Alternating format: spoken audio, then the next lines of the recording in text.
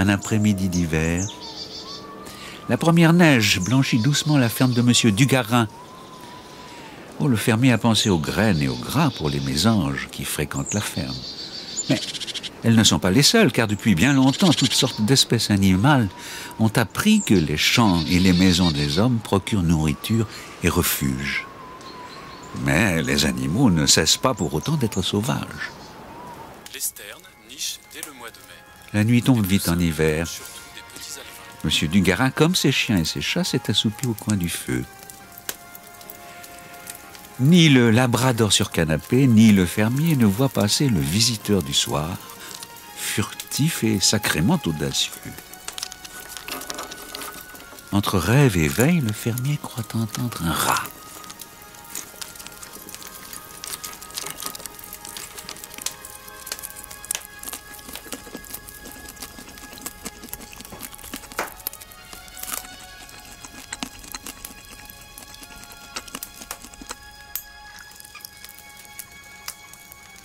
Qui goûterait à ces noix. Il y a mon Calva en plus. Calva célèbre dans tout le village, il est vrai. Le castor élève 3 ou 4 jeunes par an et la famille vit sur un territoire de 6 Pas étonnant qu'il aime ça.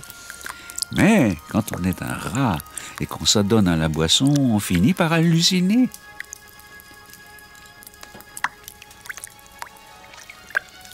Le castor est un rongeur aquatique d'une taille impressionnante si on le compare aux rongeurs qui fréquentent nos greniers. C'est fou. Il y a un rongeur géant dans un bocal.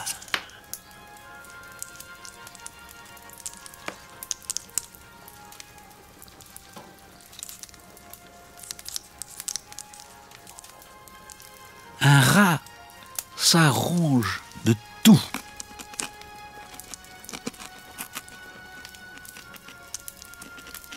Le plastique de câble a un de ces petits goûts sucrés.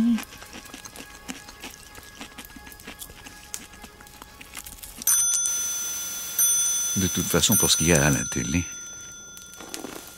Monsieur Dugarin est bien d'accord avec le rat de son rêve. Au lit! La longue nuit d'hiver, hantée par la Dame Blanche, se pose sur la maison.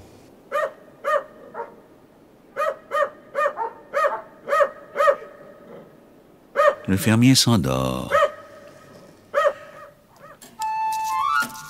Quand les chats ne sont pas là et que le maître des lieux se repose, certains en profitent.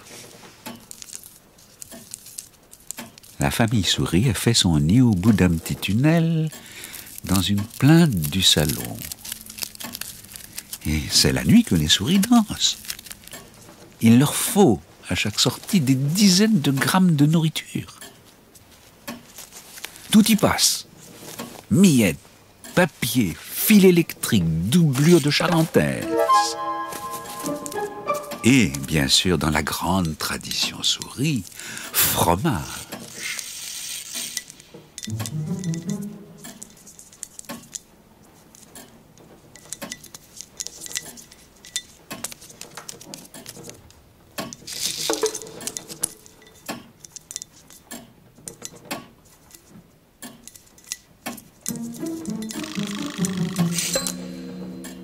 Entre deux assauts à une ennuyeuse cloche de verre, un couple souris flirte gentiment. Le collègue, lui, moins sentimental, a trouvé l'entrée.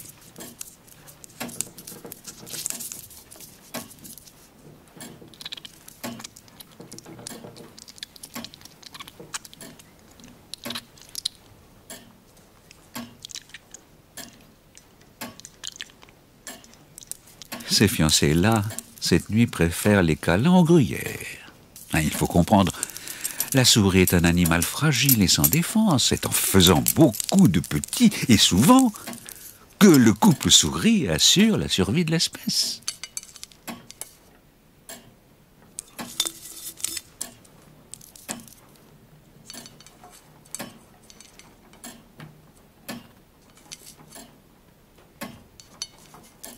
Les nécessités de l'espèce n'attendent pas. Et puis, l'hiver, les distractions sont rares.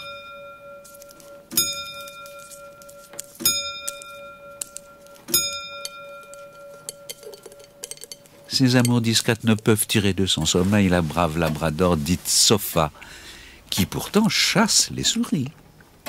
En rêve.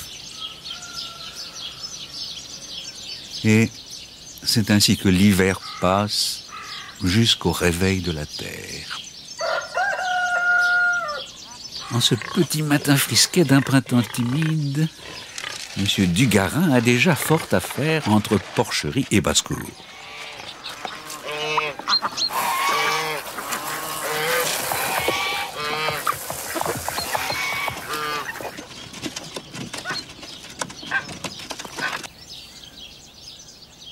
Le rouge-queue est tout aussi matinal. Il commence sa journée bien avant le lever du soleil. Le rouge-gorge s'approche des maisons en hiver et rejoint les bois en été. Monsieur Dugarin sait la différence entre ces deux oiseaux, mais les anciens pensaient que rouge-gorge était une métamorphose hivernale de rouge-queue. Sofa et sa jeune sœur noire, dite Coquine, se réveillent doucement, vaguement dérangés par le pépillement des moineaux. Ceux-là sont de très classiques moineaux, des piafs en somme. Les premiers animaux sauvages que côtoient les habitants des villes, se dit M. Dugarin, et qu'on dit menacés de disparition. Ils vivent en colonie, dans les anfractuosités du toit. Le moineau est infidèle. Sa courte vie de 3 ou 4 ans, il la passe à l'endroit où il a niché une première fois. On dit qu'il vit en couple uni pour la vie. C'est ce qu'on dit.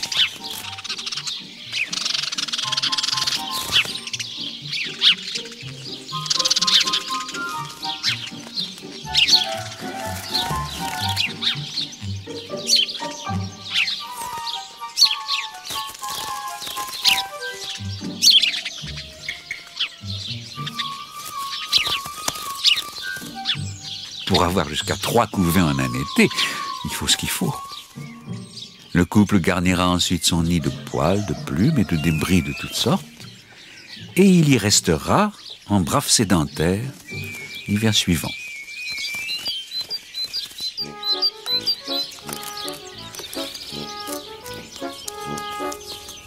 Tous les petits oiseaux de la catégorie passereaux sont en quête de matériaux d'aménagement. Ah, tout peut servir, avec une nette préférence pour le moelleux des plumes et la douceur des poils de chien.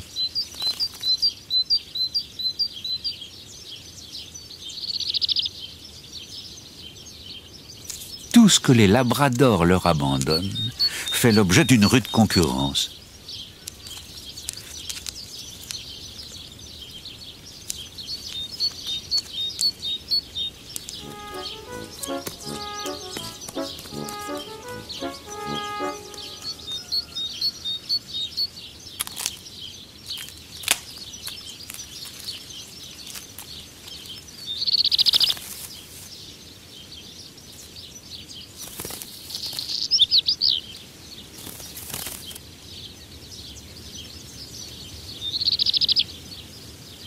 Le noble compagnon de l'homme étant absorbé par les joies de la baguette industrielle, le chardonneret en profite pour bâtir sans être dérangé. Celui-ci est dit chardonneret élégant. Un petit festival de couleurs qui anime le sapin.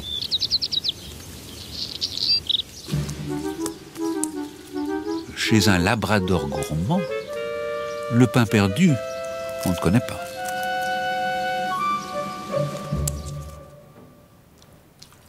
L'heure du déjeuner a sonné pour tous les gardiens de la maison.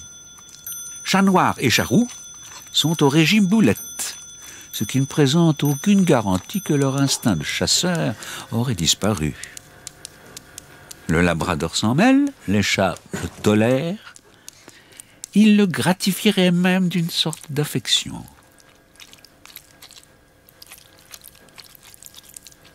Tiens, remarque M. Dugarin, la coquine est revenue de sa fugue. Dans la remise, la femelle rouge-gorge chauffe ses 5 queues. un peu choqué que le fermier s'agite si bruyamment.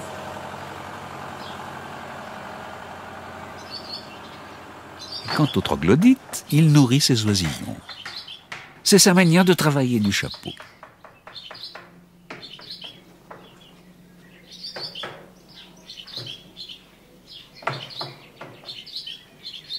Le plafond et les poutres de la remise sont le domaine de la grande migratrice.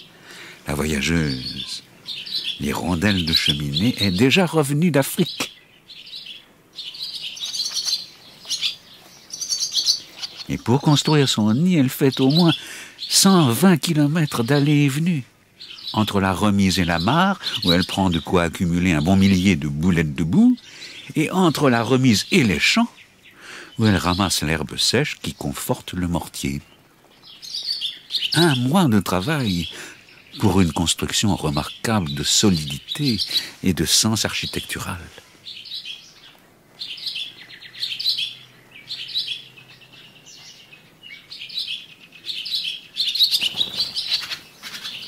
Rien à voir avec le prêt-à-vivre du faucon Cresserelle.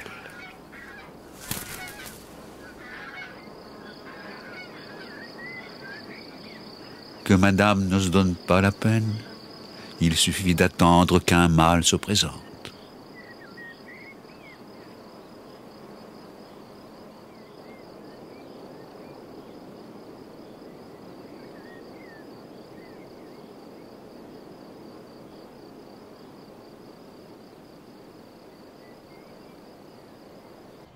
La première des 2 nichées du rouge-gorge est arrivée. L'oiseau fait des norias d'asticots avec sa nichée. Il a trouvé une réserve. Monsieur Dugarin est un pêcheur distrait. Les petits rouges-gorges sont nés tout nus et tout fragiles. Avant même d'ouvrir les yeux, ils ouvrent le bec. Dès qu'ils sentent les vibrations que produit le retour d'un parent au nid. Le rouge vif des gosiers ouverts est, pour les parents, un signal visuel d'une indiscutable précision.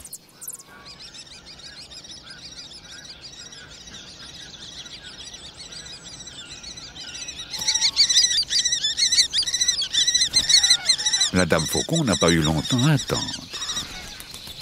Devoir accompli, le partenaire repart à la chasse et la femelle s'apprête pour la nichée de printemps.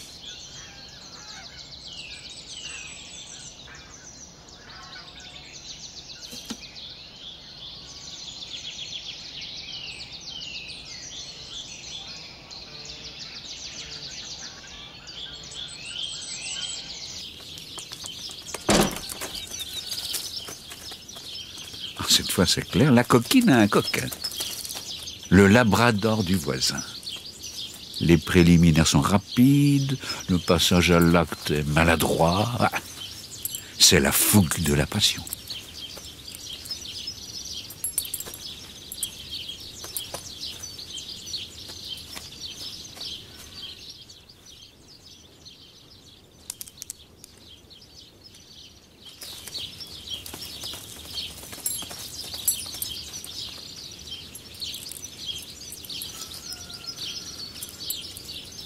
Quand on pense qu'autrefois, se dit monsieur Dugarin, on leur jetait des seaux d'eau pour préserver l'innocence des jeunes filles.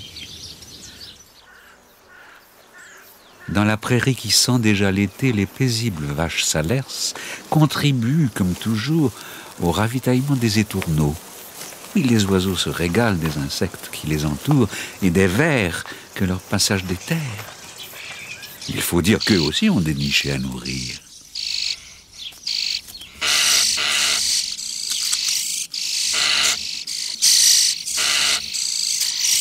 Certains ont élu domicile entre 2 pierres.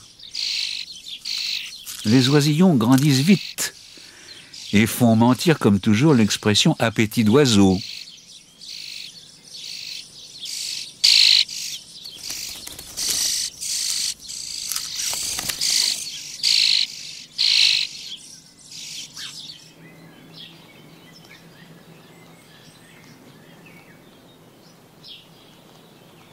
Le rouge-gorge continue sa collecte pour les grands gousiers qui réclament sans discontinuer.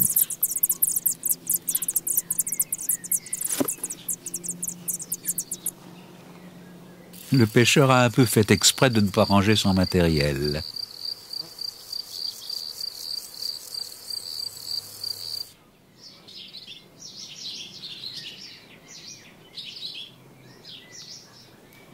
Les parents rouge-gorge se relaient non seulement pour le ravitaillement, mais aussi pour l'évacuation des déchets.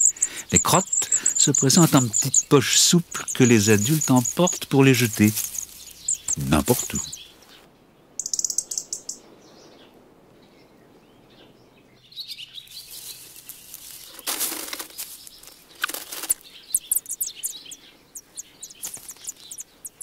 Les allers et retours se font en gardant un œil sur les familiers de la maison. Quand on est oiseau chez un ami des chats, on n'est jamais trop prudent. Le chat a beau être Felis domesticus, c'est quand même un félin, un chasseur. Le cousin du lynx aux yeux d'or raffole des petites proies qui s'agitent sous les griffes.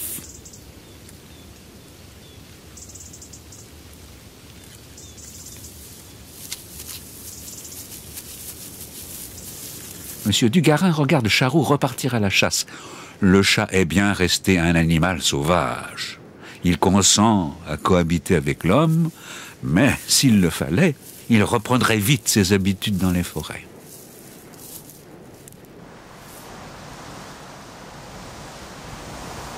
Le vent qui se lève annonce la pluie et bouscule les parures de plumes. Les animaux se mettent à l'abri.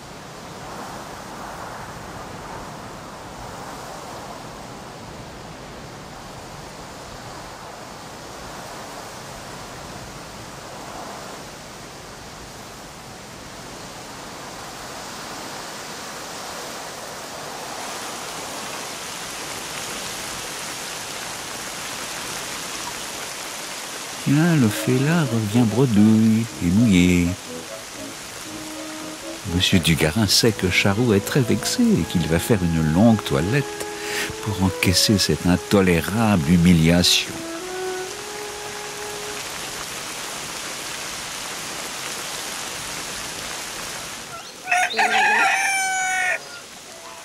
Quand une nuit humide et fraîche tombe sur la maison, un discret visiteur passe le nez. Le hérisson est sorti de son hibernation et profite du crépuscule pour partir en quête de nourriture.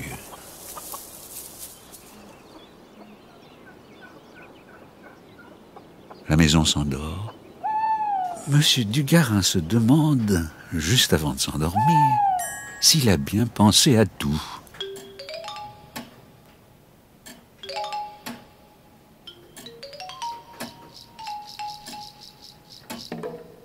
Comme d'habitude, la chienne Sofa veille intensément.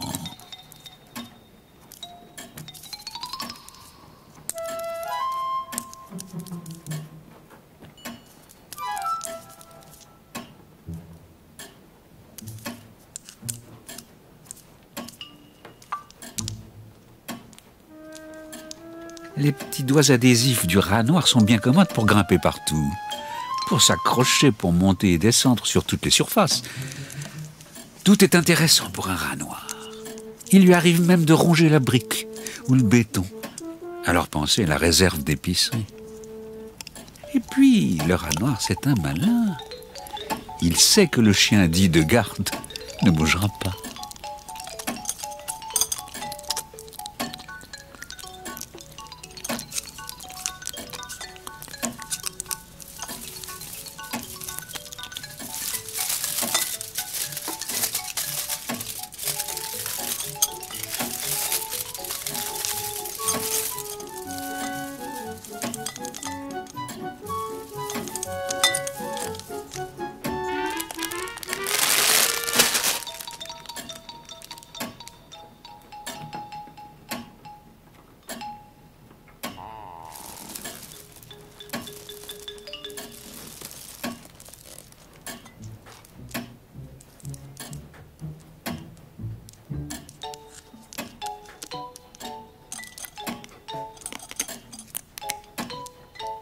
L'heure de la razzia a sonné. Toute la bande passe à l'attaque.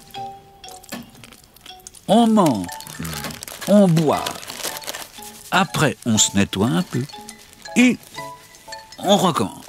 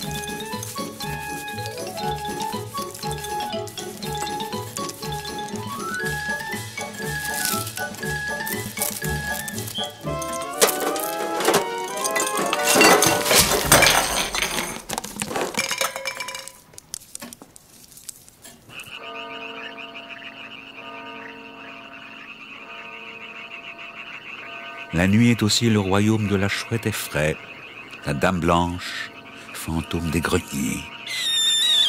La douceur de son plumage rend son vol presque complètement silencieux.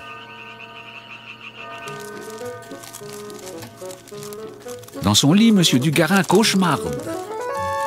Les souris s'y sont mises. La réserve est pillée.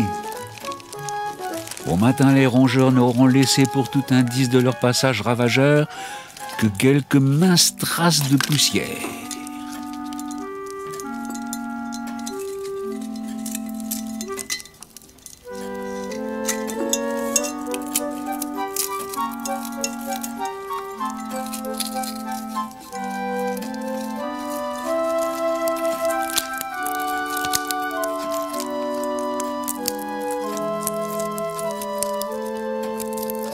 Un coup de peigne avec les griffes et on y retourne. La souris, comme le rat, aime à prendre soin de sa fourrure. Ce n'est pas parce qu'on laisse des crottes partout qu'on est négligé.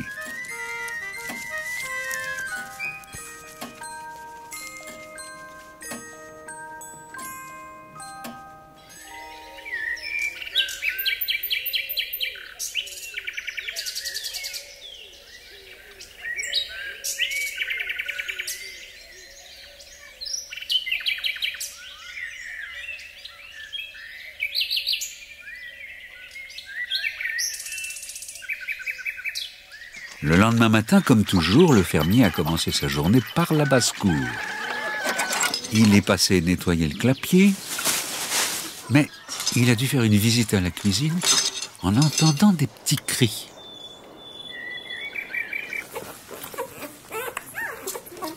Le résultat des œuvres du labrador voisin est arrivé dans la nuit.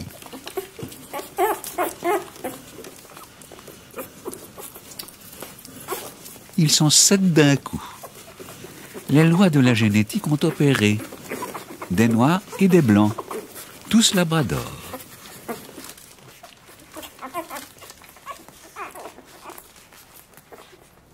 Un jeu d'échecs vivant. Affamé, pressé, les yeux fermés, mais la gueule prête à partir à la conquête des tétines.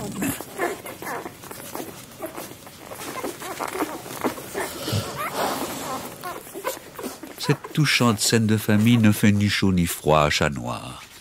Il se concentre. Félix, le félin, surveille les petites proies volantes qui le narguent.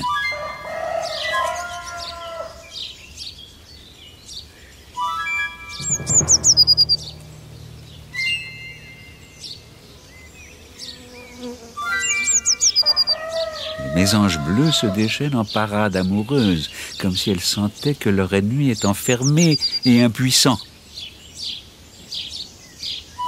Pire encore, elles semblent s'amuser de leur propre reflet.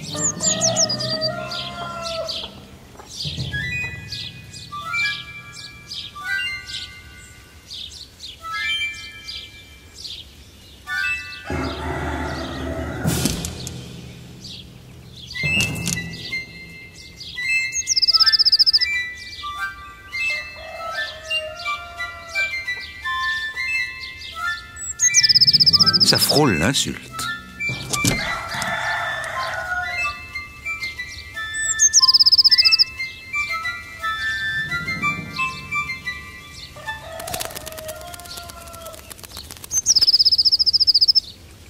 Une humiliation de ce genre exige, chez un chat, une compensation immédiate.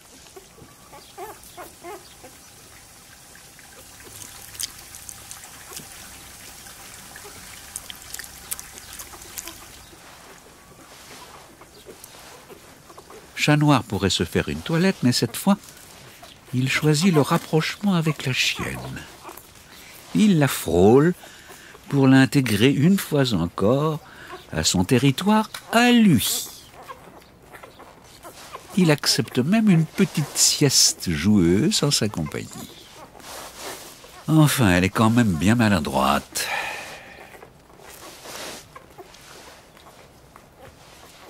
Mauvaise journée.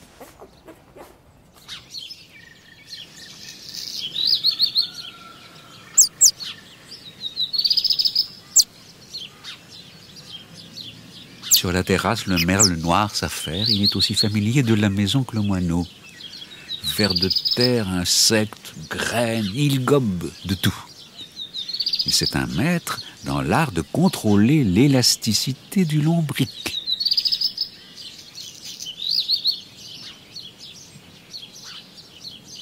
Mais la saison exige qu'il nourrisse son petit. Enfin, petit, si on peut dire. Sa progéniture est presque aussi grosse que lui. Et fort exigeante. Monsieur Dugarin vient à peine de donner sa pâtée à la famille chien qu'il remarque dans la prairie une curieuse rencontre. La jument comtoise croise le monde sauvage en la personne colérique d'un superbe héron cendré. Les barrières des hommes n'ont pas de sens pour les animaux.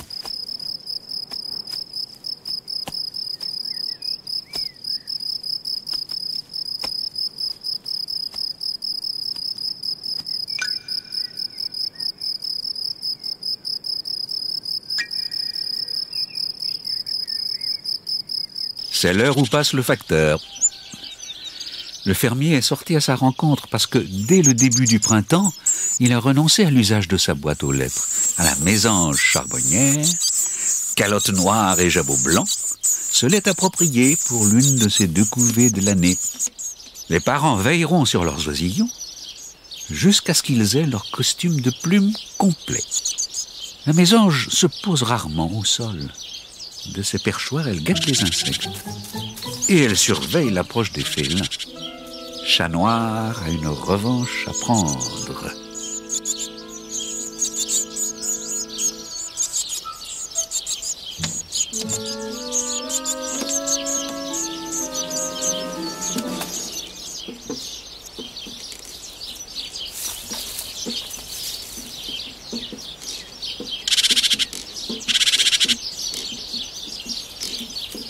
La revanche, ce sera sur le maître.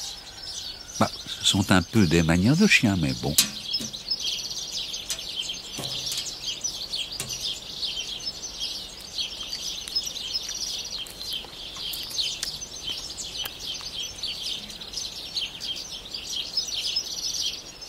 La mésange en profite pour rapporter au nid graines et chenilles destinées à sa collection de gosiers insatiables.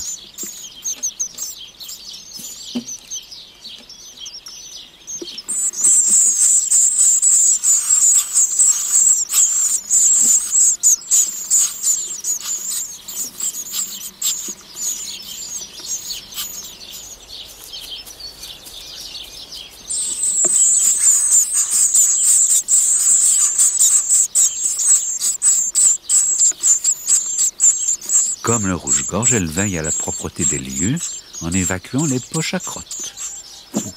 Une locataire modèle. Certes, le maître l'a défendue, mais les mirabelles, c'est aussi irrésistible qu'un gros steak.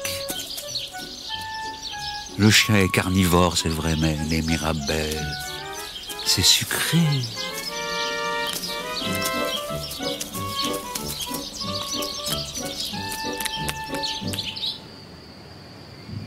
Chez les hirondelles, comme chez le merle, les petits sont désormais d'une taille impressionnante. Et les parents se relaient toujours pour chasser, infatigablement. Pendant ce temps, la bande des rats a gagné en impudence. L'attaque au grenier se fait en plein jour.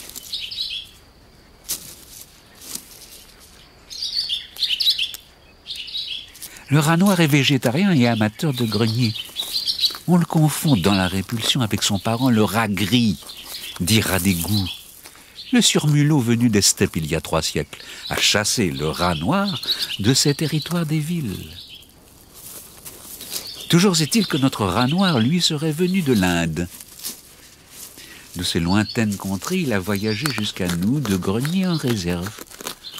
En rongeant, en dévorant, en souillant de poils et de crottes les récoltes et les garde-manger.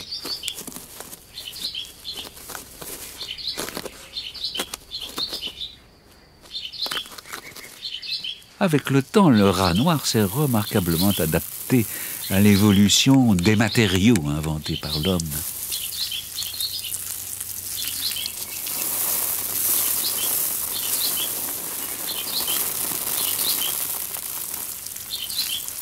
Pour finir, on se lèche et on se brosse le ventre qui ramasse la poussière.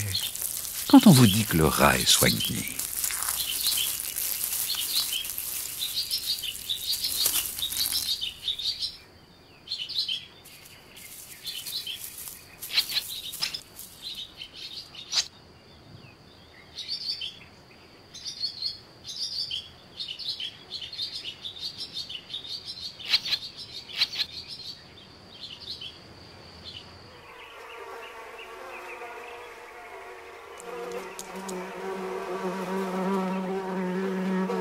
les fleurs de l'été attirent au jardin les butineurs.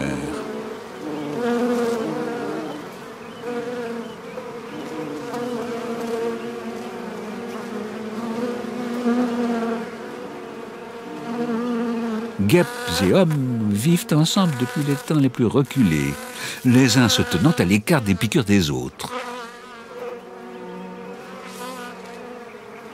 Monsieur Dugarin a repéré les nids de guêpes polistes, installés sous presque chaque tuile du toit. La guêpe poliste doit son nom au grec polis, qui signifie cité. L'insecte est connu pour son talent de bâtisseur.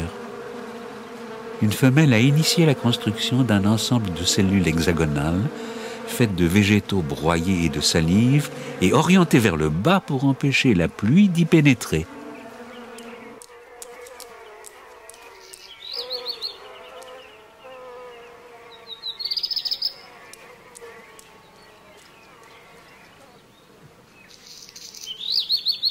Le hérisson solitaire et timide se promène rarement le jour.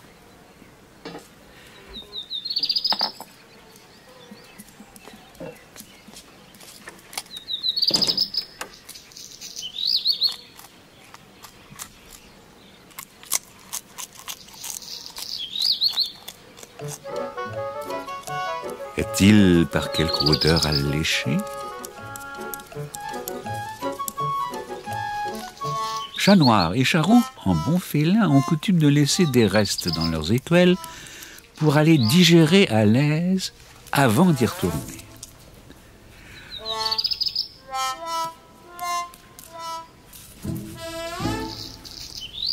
Le hérisson est gros mangeur de limaces, de chenilles et de serpents. Les croquettes à chat lui rappellent-elles un goût qui lui plaît?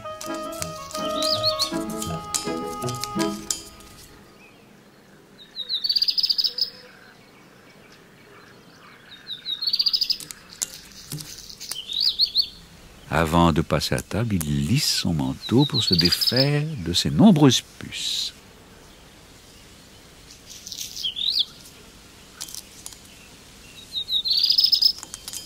Le hérisson prend son temps et s'il est menacé, il lui suffira de se mettre en boule et d'opposer à l'agresseur les 6000 piquants acérés de son dos. Monsieur Dugarin a lu quelque part qu'à la Renaissance, le hérisson était un des symboles du toucher. Enfin, avant ça, les anciens avaient vu en lui une incarnation de la gourmandise.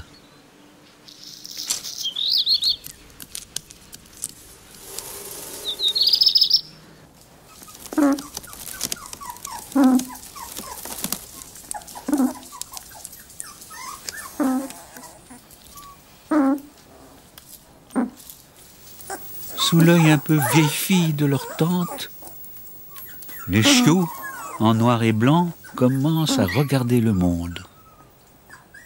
Et ils ont déjà l'air de s'en plaindre. Rêvent-ils déjà de chasse, de course et de bagarre? Rêve-t-elle qu'elle aussi a des petits?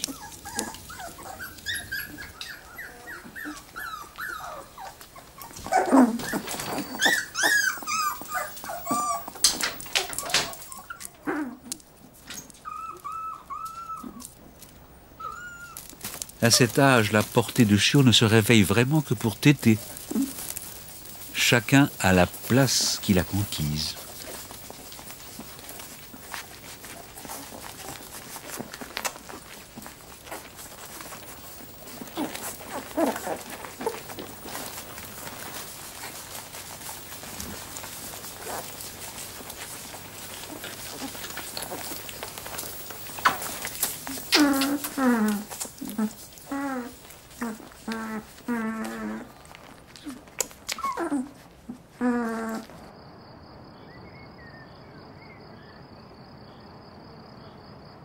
Le couple de faucons cresserelles, lui, doit chasser pour ravitailler sa nichée.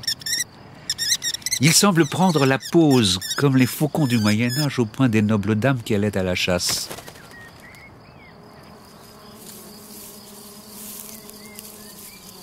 Tactique du guet, repérer la souris ou le campagnol imprudent, ensuite survoler la proie, puis ajuster l'attaque par un surplace, dit vol en Saint-Esprit.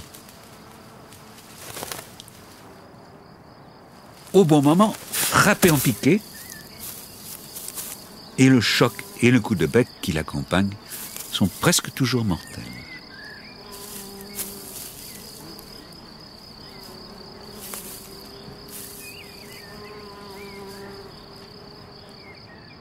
Au nid, les fauconneaux ont grandi. Gris, gros, velus, voraces. Le couple chasse sans relâche. Démonstration, s'il en était besoin, que la fécondité record des souris et autres mulots est leur seule défense.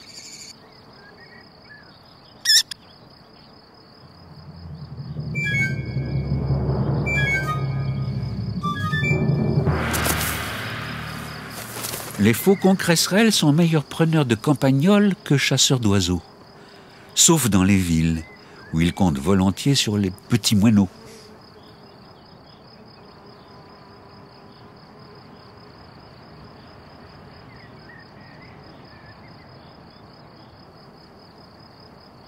Le faucon de M. Dugarin, comme tous les cresserelles, s'accommode des humains avec plus de facilité que d'autres espèces de la noble famille.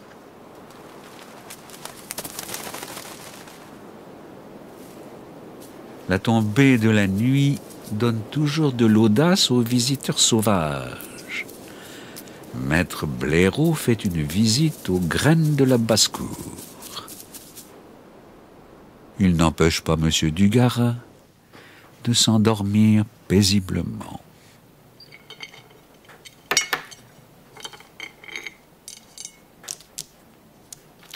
Le fermier a enfin pensé à acheter de quoi décourager la bande des rats noirs.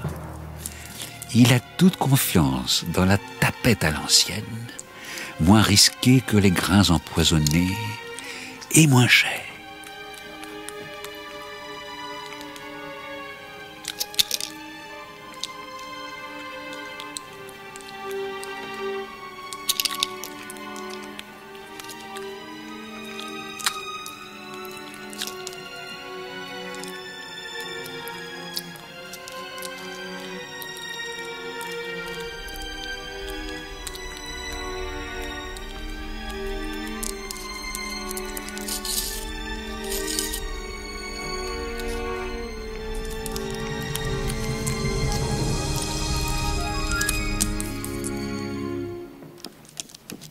Encouragés sans doute par cette grande victoire sur la technologie, les rats se sentent tout permis.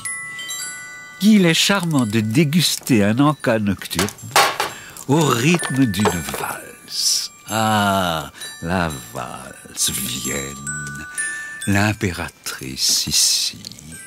C'est l'idole du chien.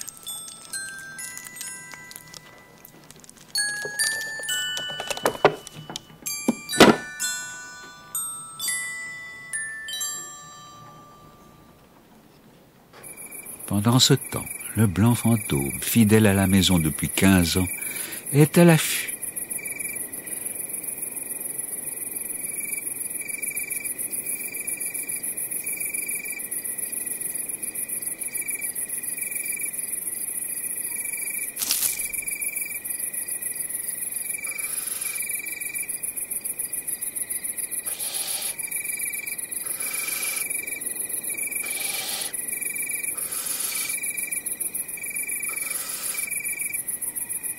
Les petits l'attendent. Ils ont 4 semaines et le visage caractéristique des chouettes effraie.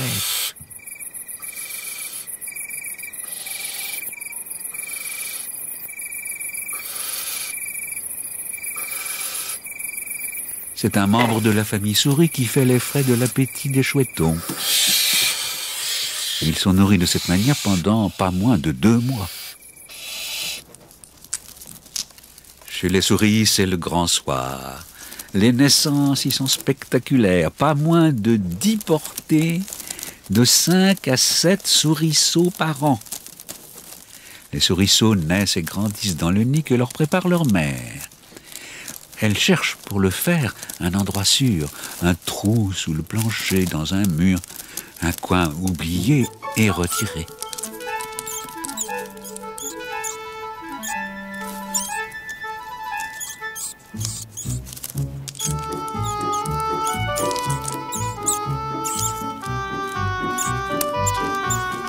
Les souriceaux sont allaités pendant 18 jours avant de vivre leur vie. Tout petit, le souriceau prend déjà soin de son pelage. Oui, brossage, lissage et séchage. Du crépuscule à l'aube, les parents chouettes font des dizaines d'allers-retours avec leur territoire de chasse. Gavés de rongeurs, ébouriffés, les petits sont presque aussi gros que leurs parents.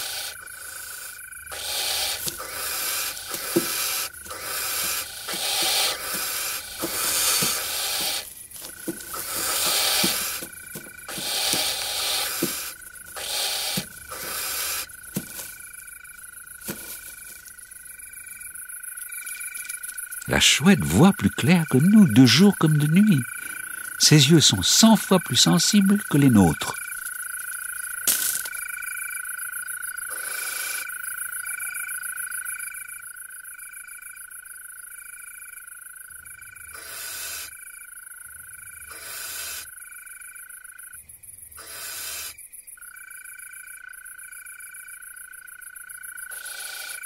Ces serres puissantes tuent la proie sur le coup.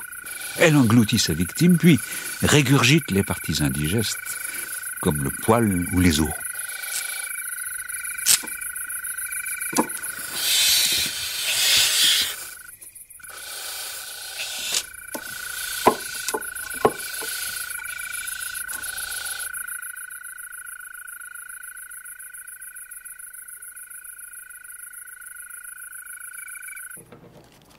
Les souris de la maison sont à l'abri du rapace nocturne. Toute la bande explore une véritable mine pour rongeurs.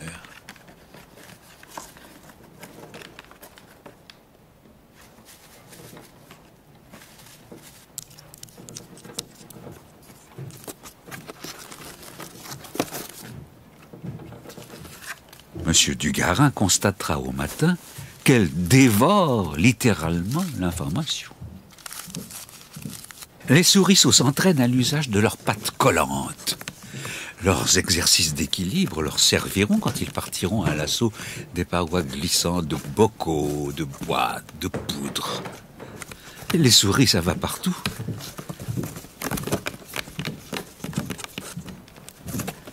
La mère souris nettoie ses petits pour qu'ils restent secs et chauds et les remet au nid quand ils s'égarent un peu trop.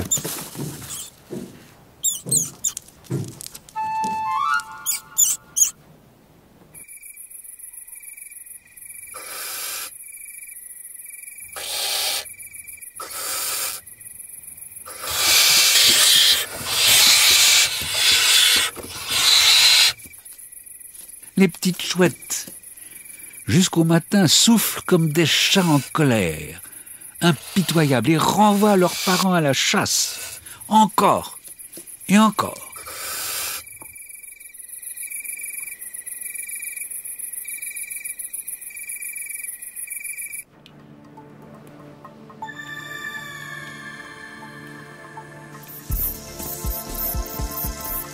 Les matins se sont fait plus frais.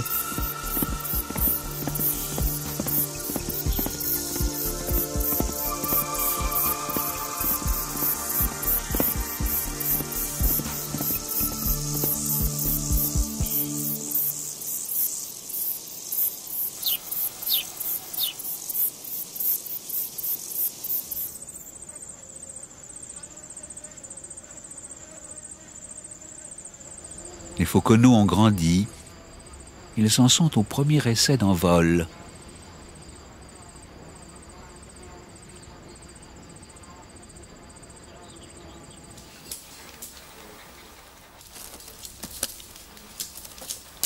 Les chiots, eux, en sont aux premières aventures. Le jeu d'échecs à pattes tente une sortie.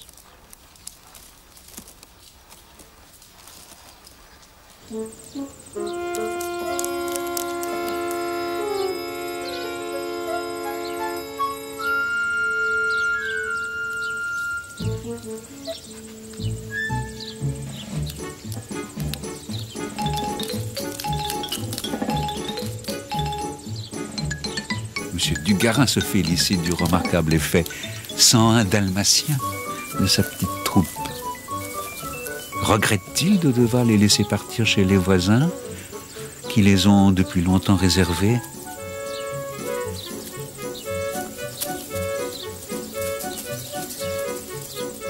Les jeunes chiens, eux, n'ont qu'une hâte, se mettre en route pour les premières bêtises.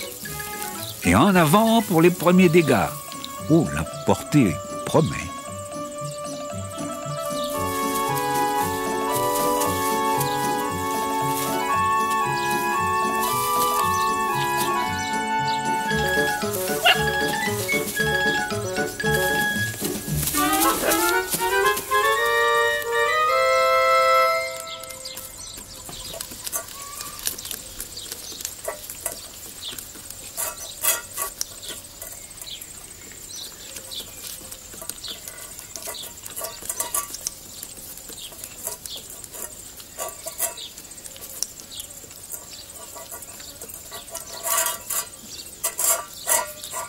Les petits chiens s'endorment.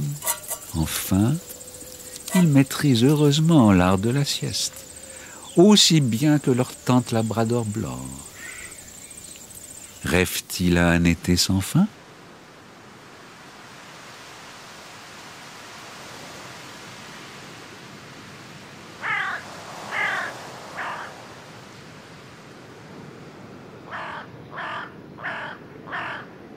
Les brouillards d'automne estompent les couleurs et glissent un vent froid dans les branches.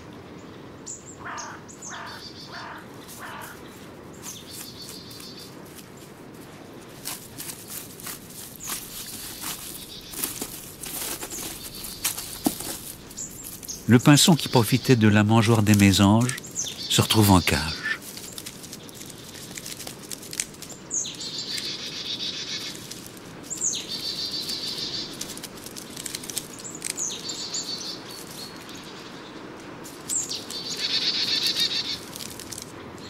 Chien et chat jouent à être ennemis. C'est pour mieux se retrouver au coin du feu.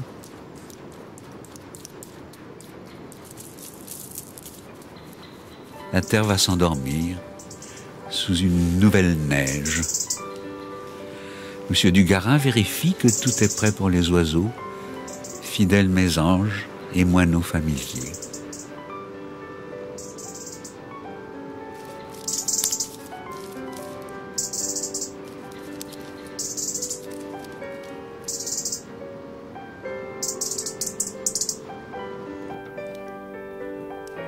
Quand le chat n'est pas là, quand les hommes s'endorment, la bande des rats passe à un nouveau chapitre de son éternelle exploration. Si on essayait les tiroirs.